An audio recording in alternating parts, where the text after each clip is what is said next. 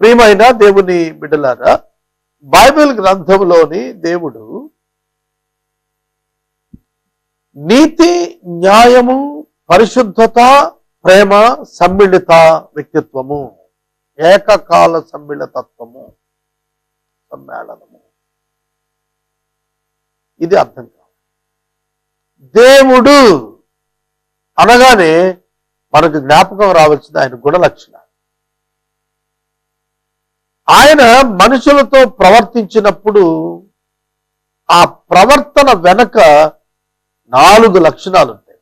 1 ప్రేమ, 2 న్యాయం, 3 నీతి, 4 పరిశుద్ధత.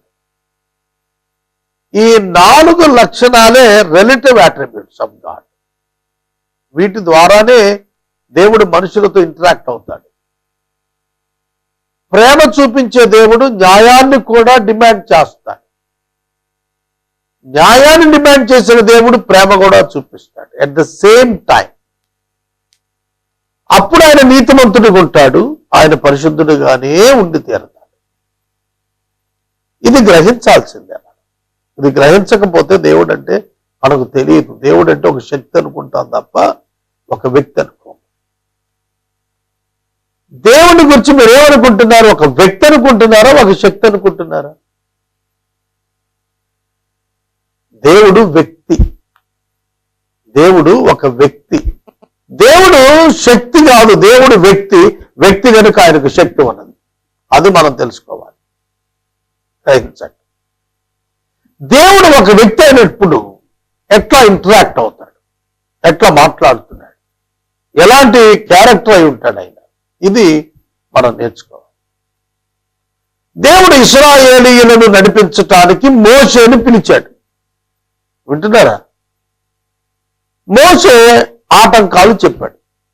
దేవా, నాకు నోటి మాంద్యం ఉంది, మాట మాంద్యం ఉంది, నేను పెద్ద గొప్పవాడిని కాదు, నువ్వు ఎవరిని పంపితే వాళ్ళని పంపించు, మోషే వాళ్ళు నమ్మరు, యెహోవా పంపలేదంటారు, యెహోవా పేరేంటి? ఇలా ఎన్నో ఎన్నో ఎన్నో ఎన్నో ప్రశ్నలు ప్రశ్నలు ప్రశ్నలు అడిగాడు. అన్నింటికి దేవుడు జవాబు చెప్పాడు. Moses convinced to go to Egypt. Moshe ఐగుప్తుకి వెళ్ళటానికి కన్విన్స్ అయ్యాడు, ఒప్పుకున్నాడు. ఇతరుల దగ్గరికి వెళ్ళి చెప్పాడు, అయ్యా నీ సెలవైతే మేము వెళ్ళి మా పితరులు ఎట్లున్నారు, వాళ్ళు మా బంధువులు ఎట్లున్నారు చూస్తాను అని అంటే వెళ్ళమన్నాడు. మోషే బయలుదేరాడు, జర్నీ స్టార్ట్ చేశాడు. మోషే బయలుదేరినప్పుడు సత్రంలో యెహోవా మోషేను చంపజూశాడు. యెహోవాయే పిలిచాడు, యెహోవాయే జవాబిచ్చాడు, యెహోవాయే తీసుకెళ్తున్నాడు, యెహోవాయే చంపజూశాడు. What kind of character he is and he was. ఆయన ఎట్లాంటి మనస్సు కలిగిన వాడు, ఎట్లాంటి వ్యక్తిత్వం కలిగిన వాడు. అబ్రహామునకు దేవుడు చెప్పాడు, నీ ఇంట ప్రతి వాడు సున్నతి పొందాలి. దాసుడుగా వెలబెట్టి కొనబడిన వాడు ఎవడైనా, ఇంట పుట్టినవాడు ప్రతి వాడు కూడా సున్నతి పొందాలి. సున్నతి పొందిన వాడు తన జనులలో నుండి కొట్టివేయబడాలి. ఇక్కడ మోషేకి కుమారుడు గెర్షోను పుట్టాడు. గెర్షోనుకు సున్నతి చేయాలి, కానీ మోషే చేయలేదు. 8వ దినాన సున్నతి చేసేవాళ్ళు, వీళ్ళు చేయలేదు. చెయ్యకపోయినందున ఆ దోషం మోషే మీద ఉంది. దాన్ని బట్టి దేవుడు అతను చంపాలనుకున్నాడు. సిప్పోరా వెంటనే గ్రహించి సూదంటు రాయి తీసుకుని గెర్షోమునకు సున్నతి చేసి, నీవు నా రక్త సంబంధిమైన పిటివయ్యావు అని నిబంధన చెప్పింది. దాంతో దేవుడు మోషేను వదిలిపెట్టాడు. వెంటనే సిప్పోరా సరిచేసింది, లేకపోతే మోషే లైఫ్ ఉండేది కాదు, అసలు చంపేసేవాడు దేవుడు. ఐగుప్తుకు వెళ్ళమని పిలిచిన దేవుడు చంపటానికి రావటం ఏంటి? That is the character of God. Justice demands punishment. అర్థమవుతుందా? And the love provides the forgiveness. ప్రేమ ఒక పరిష్కారాన్ని ఇస్తే, క్షమాపణ ఇస్తే, న్యాయం శిక్షణ ఇస్తుంది. ఇది అర్థం కాక బైబిల్ని చాలా మంది విమర్శించారు. నిన్నటి దిన నాకు ఒక వాట్సాప్ లో బైబిల్లో బొక్కలు అని ఒక అతను ఎవరో పెట్టాడు. అందులో ఏమిటట, దావీదు నీ భార్యలను తీర్చి వేరొకరికి ఇస్తాను అన్నాడు దేవుడు. నువ్వు చూస్తుండగా పగలే వారితో శయనిస్తారు అన్నాడు. దానికి ఆ అబ్బాయి రాసింది ఏంటంటే, బాబు బైబిల్లో దేవుడు పక్కలేస్తాడు ఇతరులకి, ఒకటి పెళ్ళాన్ని తీసుకొని ఇంకోటి పెళ్ళానికి పక్కలేస్తాడు అని రాశాడు. ఆ బాబుకి అర్థం కాల. God's justice demands punishment. God is sovereign. దేవుడు సార్వభౌముడు. He can judge, he can punish. దాన్ని అర్థం చేసుకోకుండా వ్యాఖ్యానం పెట్టాడు. అది సబ్జెక్ట్ తెలియని వాళ్ళు నిజమే కామోసు అనుకుంటారు. అబ్బో బైబిల్లో ఇన్ని పాపాలు దేవుడు చేశాడా అనిపించేస్తారు. దాని గురించి నేను ఒక పాస్టర్ గారితో మాట్లాడుతున్నాను. అవునండి, ఈ మధ్యన బైబిల్లో చాలా తప్పులు చాలా మంది చూపిస్తున్నారు అని. అర్థమవుతుందా? బైబిల్లో తప్పులు చూపిస్తానికి అనేక మంది కృషి చేస్తున్నారు. ఎందుకంటే వాళ్ళకేం అర్థం కాలేదు. They should understand who is God and what is his nature. Unless until that Bible looks like a lie for you. Bible అబద్ధంగా కనిపిస్తుంది. సోదరుడా, సోదరి, మోషేను చంపదూచిన దేవుని న్యాయం ఎంత గొప్పది. God cannot work with a disobedient person. Do you understand? అర్థమైందా? ఒక అవిధేయుడైన మనుషునితో దేవుడు ఎప్పుడు పనిచేయలేడు.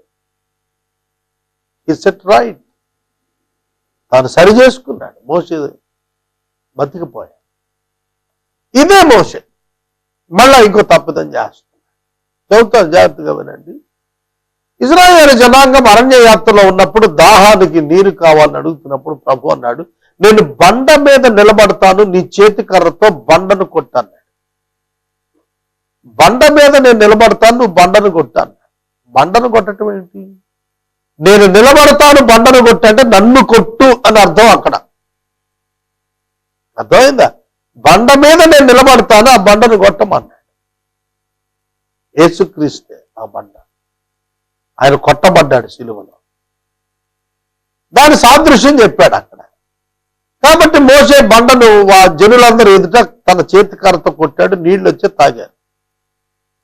మరలా వాళ్ళు ప్రయాణమై సీను అరణ్యానికి వచ్చారు. అక్కడ మరలా నీళ్లు లేవు. ఇశ్రాయేలీయులు సర్వ సమాజము సీను అరణ్యానికి రాగా కాదేశులో దిగారు. అక్కడ మిరియాము చనిపోయింది, పాతి పెట్టేశారు. మిరియాము చనిపోయిన తరువాత వారికి నీటి కరువు వచ్చింది. వాళ్ళు ఏడుస్తున్నారు. అయ్యో మా సహోదరులు మా ఎదుట చనిపోయినప్పుడు మేము చనిపోయిన ఎంత మేలు.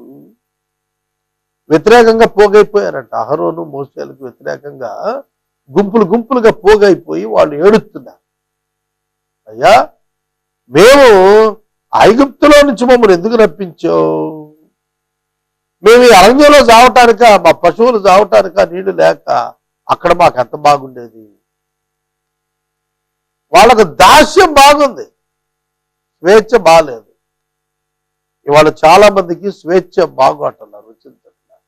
దాస్యమే బాగుంటుంది. 5,000 రూపాయలు ఓటుకిస్తే అమ్మేసుకుంటాడు. అది దాస్యం, స్వేచ్ఛ కాదు. ఆ దాస్యం రుచిగుంటుంది. 5 ఏళ్ళు వాడు నిన్ను దోచుకుంటాడు. నువ్వు మాట్లాడలేవు, నీకు తెలియదు. అసలు దాస్యమే రుచి కొందరు బ్రతుకులు.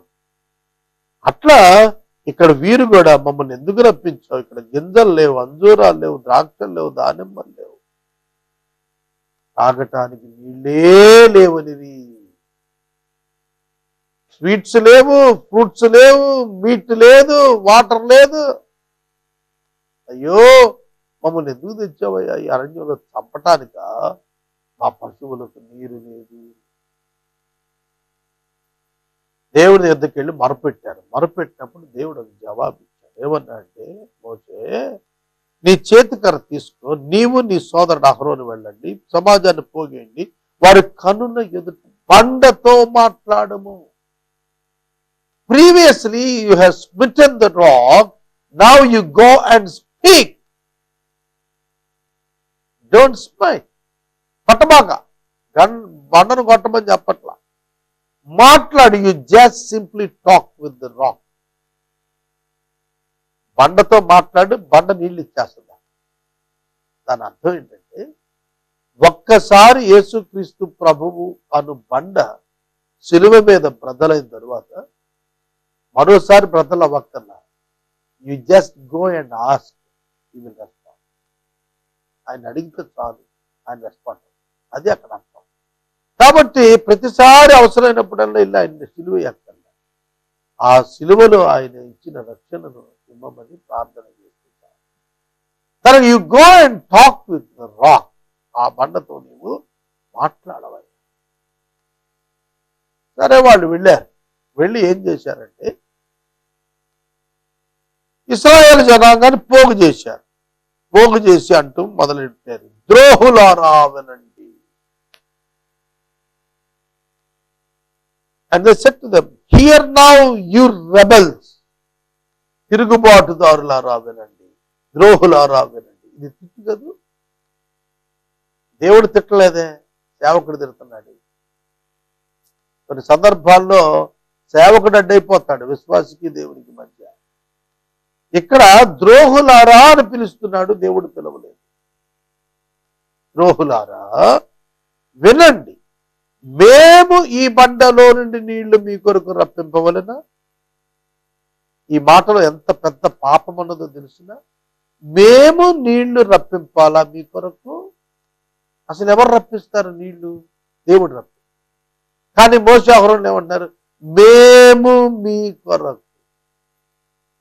They were taking the place of God. వారు దేవుని స్థానాన్ని తీసుకుని మాట్లాడుతున్నారు, తీసేసుకున్నారు దేవుని స్థానాన్ని. మేము రప్పిస్తామంటున్నారు, మీకోసం రప్పిస్తామంటున్నారు. They became God for them. In their minds they sinned against God. దేవునికి వ్యతిరేకంగా అంతరంగంలో పాపం. దేవుడు ఇదంతా చూస్తానే ఉన్నాడు. మోషే వారందరి ఎదుట బండ మీద కొట్టాడు. ఆ బండ నీరిచ్చింది. బండ మీద కొట్టాడు, ఆ బండ నీరిచ్చింది. ఆ తరువాత యెహోవా మోషే అహరోనులని పిలిచాడు, పిలిచి మాట్లాడాడు. This is very important verse in the Bible. సంఖ్యాకాండము 20వ అధ్యాయం 12వ వచనం. అప్పుడు యెహోవా మోషే అహరోనులతో ఇట్లా నేను, మీరు ఇశ్రాయేలీయుల కన్నుల ఎదుట నా పరిశుద్ధతను సన్మానించున్నట్లు, కన్నుల ఎదుట నా పరిశుద్ధతను సన్మానించున్నట్లు నన్ను నమ్ము కొనకపోతిని గనుక ఈ సమాజమును నేను వారికి ఇచ్చిన దేశంలోనికి నేను తోడుకొని పోరని. ఈ సమాజాన్ని నేను వాగ్దానము చేసినటువంటి దేశంలోనికి మీరు తీసుకుని వెళ్ళరు. You can't take them to the Canaan, the promised land. ఆ వాగ్దాన భూమి వైపు మీరు అడుగులు వేయరు. మీరు ఎవరు? ఎంత దారుణం. అప్పటికే మిరియాము చచ్చిపోయింది. దేవుడు చెబుతున్నాడు, మీరు కూడా చనిపోతారు, మీరు వెళ్ళరు, వాగ్దాన భూమిలోకి మీరు అడుగు వేయరు. How do you feel friend? ఎలా భావిస్తారు మీరు ఇప్పుడు? ఎటువంటి యాత్ర చేయించారండి వాళ్ళతో 40 ఏళ్ళు. దేవుడు అంటాడు, మీరు అన్నారు. ఇది అన్యాయం అనిపిస్తుందా మీకు? 40 ఏళ్ళు నడిపించిన వాడిని పట్టుకొని నువ్వు వెళ్ళొద్దు వనానికి అని అంటూ అన్యాయం అనిపించదా? అంటాకి అది అన్యాయం కాదు, దైవ న్యాయం. మోషే అంతటి వాడే దేవుని నామాన్ని సన్మానించకపోతే సామాన్యుడేమి సన్మానిస్తాడు? The more you grow in spirituality, you are more responsible and you should more sensitive to the sin. పాపమునకు నీవు చాలా సెన్సిటివ్ గా ఉండాలి, చాలా మైన్యూట్ సిన్ను కూడా నువ్వు విశేషంగా పట్టించుకోవాలి. సోదరుడా, మాట చేత నీ ఎదుట మేము పాపము చేసితిమి. సంఖ్యాకాండం 21:7. మోషే ప్రజలు ఎదుకు యెహోవాకును మీకును విరోధముగా మాట్లాడి పాపము చేసితిమి. Even they did not commit adultery, idolatry. విగ్రహారాధన చేయలేదు, వ్యభిచారం చేయలేదు, దొంగతనం చేయలేదు, నరహత్య చేయలేదు. కానీ మాట చేత దేవునికి వ్యతిరేకంగా పాపము చేశారు. ఎటువంటి గొప్ప దేవుడని! How he treats the sin. ఆయన పాపాన్ని ఏ విధంగా చూస్తాడు, పరీక్షిస్తాడు. హౌ హీ ట్రీట్స్ ఇట్, దాన్ని ఎట్లా వ్యవహారంలో చూస్తాడు ఆయన. Very serious, very serious. దేవుని నుండి ఎంత పొందినటువంటి మీరు ఇంత చిన్న తప్పు, మనం ఎంతో గొప్ప సేవ చేస్తున్నామని చెప్పుకుంటూ అతి అల్పమైన హీనమైన పాపం కొరకు పడిపోతే అబ్నేరు నీచుడొకడు చచ్చినట్లు నీవు చావతగదు. అబ్నేరు నీచుడొకడు చచ్చినట్లు నీవు చావతగదు. What a great warrior for Saul రాజ్యంలో ఎంత గొప్ప యోధుడు, సామాన్యుడు చనిపోయినట్టుగా చనిపోయాడు యోవాబు. How sad, how sad. దావీదు అంగలార్చాడు కదా. అవును, దేవుడు మాట్లాడమన్నప్పుడు వీళ్ళు ఆ బండను కొట్టటానికి ముందుకెళ్ళారు. ఏమని? మేము నీళ్లు రప్పిస్తాం. సేవలో నా భయం అదేనండి. నేను దేవుని స్థానం ఆక్రమిస్తానా? దేవుని స్థానాన్ని నేను దొంగిలిస్తున్నానా? అదే నా భయం. అమ్మో, అలాంటి పని జరగకూడదు. మాట ఆయనకు వ్యతిరేకంగా మాట్లాడిన మనం క్షమాపణ కోరుకోవాలి. ప్రభువును క్షమాపణ కోరుకోవాలి మనం ఎప్పుడు కూడా. మోషే అహరోనులకు దేవుడిచ్చిన పనిష్మెంట్ ఏంటంటే, మీరు నా పరిశుద్ధతను సన్మానించినట్లు నన్ను నమ్ముకొనకపోయారు కనుక సమాజం నేను ఇచ్చిన దేశంలోకి మీరు తోడుకొని పోరు. ఏమి ఆజ్ఞది? నా పరిశుద్ధతను సన్మానించినట్లు నన్ను నమ్ముకొనలేదు. The cause of every sin is unbelief. The cause of every sin is unbelief. పాపం యొక్క ప్రతి కారణం ఏంటో తెలుసా? అవిశ్వాసం. అవిశ్వాసమే పాపం. విశ్వాస మూలము కానిది పాపం అని చెప్పాడు. విశ్వాస మూలము కానిది, which is not of the faith, is sin, పాపము. విశ్వాసము లేకుండా నువ్వు చేసే ప్రతి క్రియ పాపమే. కొందరు దాన కార్యాలు చేస్తారు, ఫోటోలు తీయించుకోవటానికి, పబ్లిక్ లో పేర్లు సంపాదించడానికి, ఘనతలు వహించుకోవటానికి, రికగ్నైజ్ చేయబట్టడానికి దాన కార్యాలు చేస్తారు. వారి ఫలం వారు అప్పుడే పొందున్నారు. వారికి దానివల్ల ప్రయోజనం లేదు. నేను మనవి చేస్తున్నాను, people are running behind religion. మతం వెనక పరిగెడుతున్నారు మనుషులు, మార్గం వైపు. సహోదరుడా, సహోదరు, ప్రభువైన యేసు వారి యొక్క రక్షణ మనకు ఉచితంగా దేవుడు ఏర్పాటు చేసి మారు మనసు పొంది పాపక్షమాపణ పొంది ప్రభువునందు విశ్వాసం ఉంచుకొని నేర్పిస్తుంది. దానికి ఎన్నో చెప్పాలి. దానికి మనం ఎంతగానో అభ్యంతరాలు చేయాలి. It's very simple thing. Accepting Jesus Christ as your saviour is a very simple and sweet thing. చాలా చిన్నది మరియు శ్రేష్టమైనటువంటిది ఏంటంటే ప్రభువైన యేసు క్రీస్తునందు విశ్వాసం. యేసు నందు నీవు విశ్వాసం ఉంచినట్టయితే ఆ బండను కొట్టేవాడు కాదు దేవుడు. వారి యందు విశ్వాసం ఉంచుకున్నారు తప్ప బండ యందు. సహోదరుడా, సహోదరు, దేవుని యొక్క వాక్యాన్ని వింటున్న మీ అందరికీ నేను మనవి చేస్తున్నాను. మన ప్రభువు రోషం కలిగినటువంటి ఆ మనమోసే కదా, ఏం పోయిందిలే రానీలేని అనుకోదా. మోషేను తీసుకెళ్ళిపోయాడు. నెబో పర్వత శిఖరం మీద దేవుడు మోషేను పిలిచినప్పుడు యెహోవా మాట చొప్పున మోషే మృతుడయ్యాడు. హోరు పర్వతం మీద అహరోను చనిపోతాడని దేవుడు డిక్లేర్ చేసినప్పుడు మోషే, అహరోను, ఎలియాజరు పైకి వెళ్ళారు, కిందకి దిగి వచ్చారు. ముగ్గురు పైకి వెళ్ళారు, ఇద్దరు కిందకి దిగి వచ్చారు. 30 రోజులు అహరోను కొరకు ప్రజలు అంగలార్చారు. సోదరుడు, దేవుని యొక్క వాక్యము మనకు ఏమని జ్ఞాపకం చేస్తాం?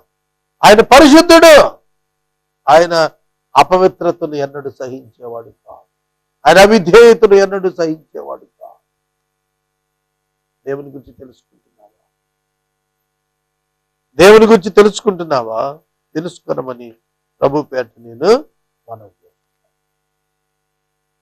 పరిశుద్ధ లేఖనాలు మనకు దేవుని యొక్క గొప్పతనాన్ని, ఔన్నత్యాన్ని మనకు తెలియజేస్తాయి. అనేక మంది శత్రు రాజులను ఆయన సంహారం చేసి వారికి కనానులో రాజ్యాన్ని ఇస్తే, కనానుని వారికి స్వాధీనం చేస్తే ప్రజలు అతి త్వరగా త్వరితగతిని దేవుడు మర్చిపోయాడు. అది దేవుడు వారిని మర్చిపోలేదు. దేవుడు వారిని మర్చిపోలేదు, దేవుడిని వారు మర్చిపోయారు. ఈ సమయంలో వాక్యం ఉంటున్న ప్రతి ఒక్కరికి నేను మనం చేస్తున్నాను, ప్రభువు నిన్ను ప్రేమిస్తున్నాడు, ప్రభువు తన రాజ్యాన్ని ఇవ్వడానికి ఇష్టపడుతున్నాడు. But on one condition, you must have faith in your heart. నీ హృదయంలో దేవుని యొక్క నీతి కావాలి, దేవుని యొక్క నీతి కావాలి. నీతి లేకపోతే నువ్వు హృదయంలో దేవుని యొక్క ప్రేమ, న్యాయం కావాలి, లేకపోతే నువ్వు ఆధ్యాత్మికంగా జీవించలేవు. సహోదరు, నేను వాక్యాన్ని ముగిస్తూ మాట్లాడుతున్నాను. మోషే అయినా దేవునికి లెక్కలేదండి, మీరు సన్మానించలేదు కాబట్టి మీరు కనాను ప్రవేశించకూడదన్నాడు. Simply they accept. నెబో పర్వత శిఖరం మీద మోషే, హోరు పర్వతం మీద అహరోను, సీనాయి అరణ్యములో మిరియాము, హౌ దే డైడ్, ఎలా చనిపోయారు వాళ్ళు? They accepted the will of God in their life.